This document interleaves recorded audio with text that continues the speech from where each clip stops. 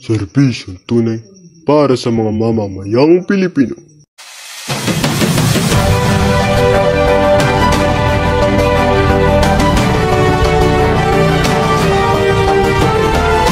Sa ulo ng dekalibreng balita ngayon, presyo ng gasolina umarangkada muli. Mga kandidato para sa iski chairman nagharap sa isang debate. J. Merdev at Skyler Atienza from King and Queen sa Gen Z Star Magical Prom. At very igos nilang paso ang Black Jackal sa International Volleyball Cup. Lobo ng kaso ng dengue virus tutukan.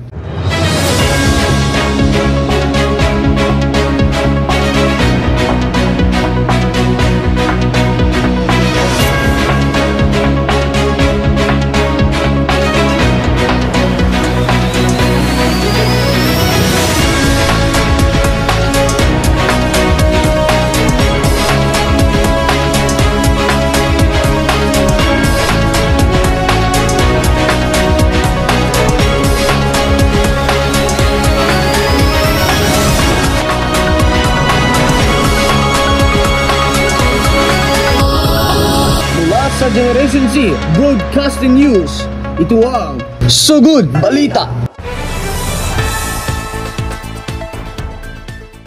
Magandang gabi mga kababayan. Kami ang inyong kaalisto at kaantabay sa mga napapanahong balita at informasyon. Ako si Beatrice Manalo. At ako naman si Alexander Roosevelt para sa nag-iisang Sugod Balita. Patuloy na tumataas ang presyo ng gasolina, diesel at kerosene dahil sa kasalukuyang isyu sa Moto Norte laban sa Calauig. Ang sitwasyong ito ay nagdudulot ng pag-aalala sa maraming sektor, lalo na sa mga negosyanteng nakadepende sa transportasyon. Narito si Jairi Balay para sa buong detalye. Dito tayo ngayon sa bayan ng Moto Norte kung saan patuloy na naglalaro ang presyo ng gasolina, diesel at kerosene dahil sa tensyon na mamamagitan sa Moto Norte at sa Calauig. Ang pagbabago sa presyo ay nagdudulot ng kalituhan at aalahanin sa mga mamayan, lalong-lalo na sa mga delivery food riders na lubang apektado sa pagbabago ng gasto sa gasolina. Malaki po talaga ang epekto ng pagbabago sa presyo ng gasolina sa amin, lalo na sa mga katulad naming delivery riders. Dati, kaya pa namin magtabi ng kaunting kita, pero ngayon halos wala nang natira dahil sa mataas na gasto sa gasolina. Ang ganito mga hindi ngayong malinaw sa iba't ibang sektor, hindi lamang sa mga delivery food riders, kundi pati na rin sa mga negosyanteng mines delivery service. Patuloy tayo magbabalik sa magiging pag-usad ng usapin ito at ang magiging epekto sa anukalang ekonomiya. Mula dito sa Moto Norte, ako si Jairi Balay, nag-uulat para sa ito. Susunod, mainit na debate ng mga tatakbo sa posisyong iski chairman, tunghayan. Newest King and Queen sa Gen Z Star Magic Prom, kilalanin. Lahat ng iyan sa pagbabalik ng balitang agad-agad, swang at maaasahan. Sugod Balita!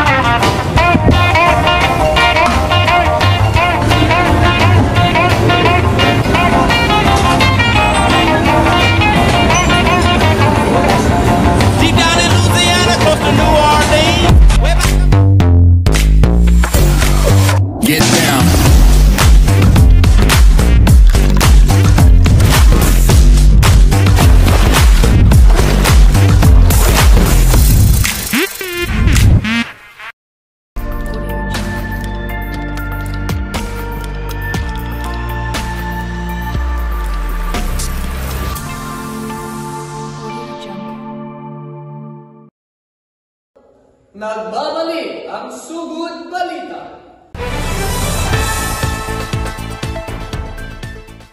Mainit na balitaktakan ang naganap kagabi sa Barangay Cogul Norte matapos magkainitan ng dalawang kandidato para sa Sangguniang Kabataan.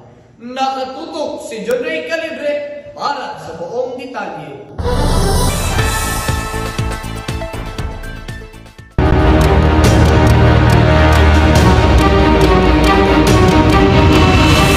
Kontrobersyal na sagutan ang nangyari sa sinasagawang debate ng mga kandidato para sa Sangguniang Kabataan dito sa Barangay Cogul Norte. Ang dalawang kandidato na sina Cyril Milagrosa at Jose Dante Miradores, kapwa tumatakbo sa posisyon ng SK Chairman, ay nagkasagutan sa kalagitnaan ng talakayan.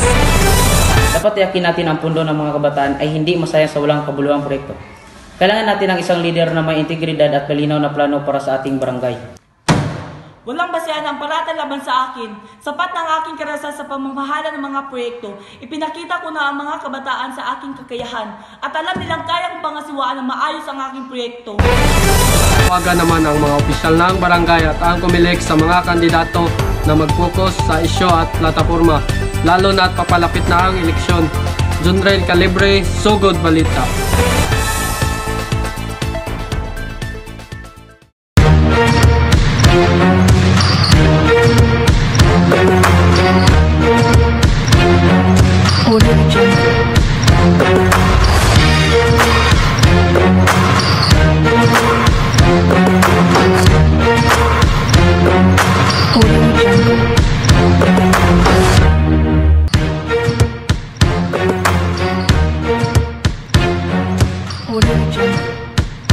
Intense na hampasan at masigabong palakpakan. Ito ang mga eksena sa pagkapanalo ng Fire Eagles sa Men's International Volleyball Cup. Sa kabila ng tangkad at galing ng Black Jackal, hindi nagpahuli sa bilis at depensa ang Fire Eagles. Kaya naman, nagwagi sila laban sa defending champion sa nakaraang taon sa 5 sets. 25-19, 22-25, 25-18, 26-28 at 18-16. It was a good run for us, lalo na sa 5th set. Talagang ramdam namin ang pressure, pero ang saya kasi nakahabol kami. Nagpapasalamat po ako kay Coach na si Coach Troy. Lagi niyang i-remind sa amin na hindi kami magmamadali at i-apply namin yung training namin sa laro at huwag matalanta.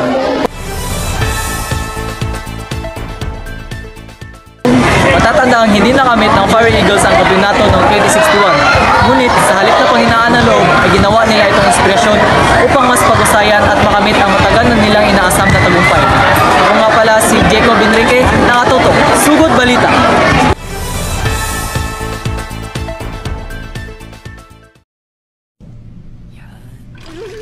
Hala, nahulog! Hala, nahulog!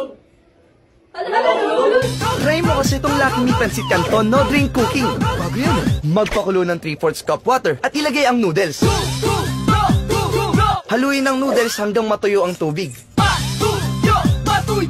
I-mix ang noodles with the seasoning.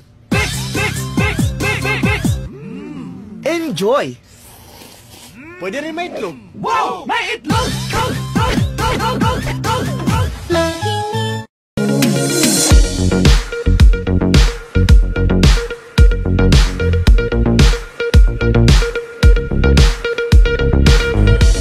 Isang malaking pasabog ang naganap sa Gen Z Star Magical Prom. Ang prom night na ito ay puno ng kinang at mga kaabang-abang na kaganapan. Sina Kelsey Merdiv at Skylar Atienza ang itinanghal bilang prom king and queen. At tila sila na ang bagong power couple ng Gen Z. Samantala, ang newest single ni Micael Binbulyo na matagal nang inaabangan ng kanyang mga fans ay sa wakas ay ipinalabas na. Latest sa Chismis, Margot Cali.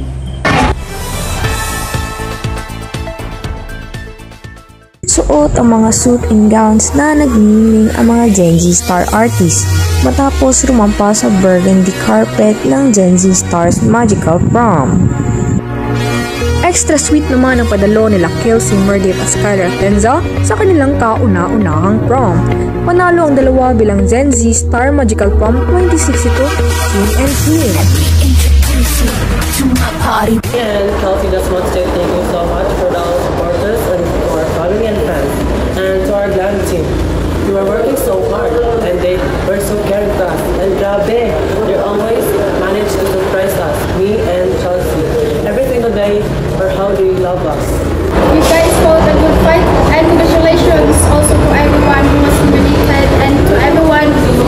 Samantalang panalo naman bilang best dress na Reyna Estrada at Steve Harvey. Maraming salamat po. Ang importante po talaga ay ang pagiging komportable sa sarili at magdala ng confidence. Hindi lang sa kasuotan, kundi pati na rin sa postura at pagdadala ng sarili. Ako po sa Reyna. Ang ganda sa feeling na kita ang gusto ng marami ang aming style. It's all about having fun and just being yourself. Samantala, itinanghal sina Chini Wurzbach at Jaime Quazon bilang face of the night. Maraming salamat dahil invited ako sa mga event na ito. Sobrang saya ko po at gusto ko po salamat sa mga sumusuporta. Samantala, may bagong release na kanta ang artist na si Michael Benvolio. Ang Segundo Siguro ay isang heartfelt na awitin tungkol sa paghingi ng isa pang pagkakataon sa pag-ibig. Ipakita sa inyo na pag-ibig ay worth fighting for. Kaya kung ginawa ang segundo, siguro para sa lahat sa mga tao na naniniwala sa second chances. Ang Segundo Siguro ay available na sa lahat ng music streamer platforms. Pakinggan at i-download ang kanta ngayon at pakisabay sa mga netizens na nagpapakita ng suporta kay Michael Benvolio. Marco Kali, Sugod Balita. Sa gitna ng patuloy na pagtaas ng mga kaso ng dengue sa Pilipinas at mga karatig bayan, higit kumulang 1.4 milyong tao sa regiyon ang nahawa ng mapanganib na virus ngayong taon. Ang dengue na dala ng lamok ay mabilis na kumakalat sa halos bawat sulok ng mundo. Para sa karamihan, ang sakit ay nagdudulot ng lagnat at paghihina ng katawan. Subalit para sa iba ito ay maaaring maging malubha at humantong pa sa kamatayan. Naintala ang halos triple na pagtaas ng mga kaso ngayong taon kumpara sa nakaraang taon.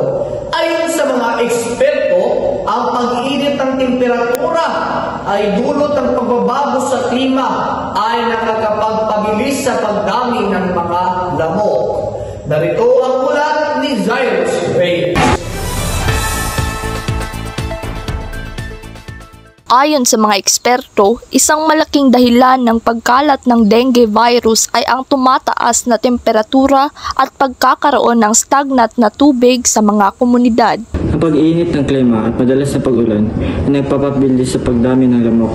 Dahil sa mas mainit ang temperatura na paborable sa kanilang pag-aanak, ang mas mainit na panahon ay nagpapabilis sa pag-develop ng itlog ng lamok, habang ang pag-ulan ay nagpapaiwan ng stagnant water na posibleng pamugaran nila.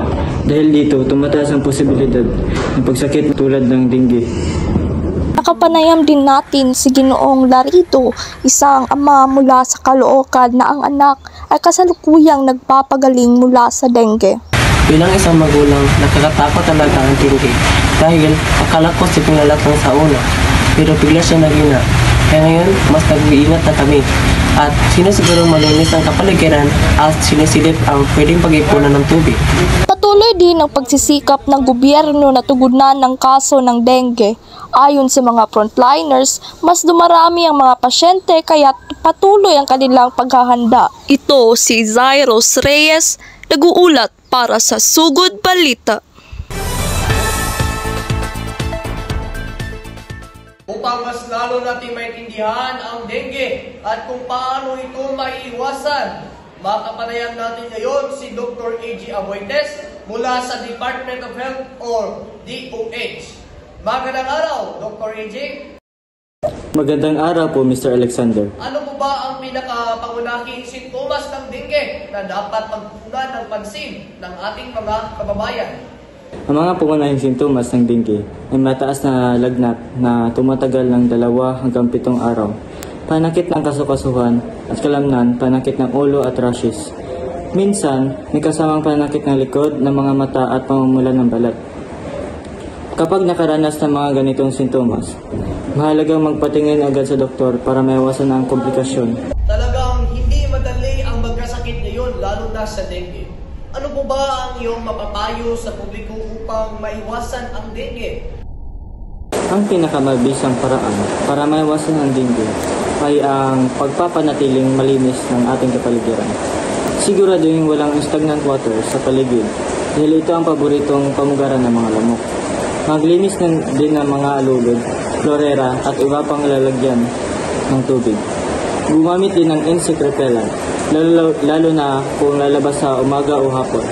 Kung kailan aktibo ang mga lamok na may dalang dengue, maaari ring gumamit ng mosquito nets sa pagtulog para karagdagang proteksyon. Maraming salamat, Dr. EJ. Sa mga nanonood, tandaan natin ang pag-iwas sa dengue ay nagsisimula sa ating tahanan. Regular na maglinis ng paligid at sundin ang mga payong pangkalusugan upang maging ligtas tayo sa sakit na ito. Maraming salamat, Dr. EJ Aboides, sa pagbahagi ng iyong kaalaman. Maraming salamat rin, Mr. Alexander. At iyan ang mga balitang naisugod namin sa inyo ngayong araw. Patuloy kayong tumutok, maging mapanuri at manatiling may alam. Uli, ako po si Alexander Roswell, ang inyong lingkod sa bawat balita ng bayan. At ako naman si Beatrice Manalo para sa isang balitang agad-agad, swak at maaasahan. Kasama niyo sa pagbabalita mula simula hanggang dulo. Sugod Balita!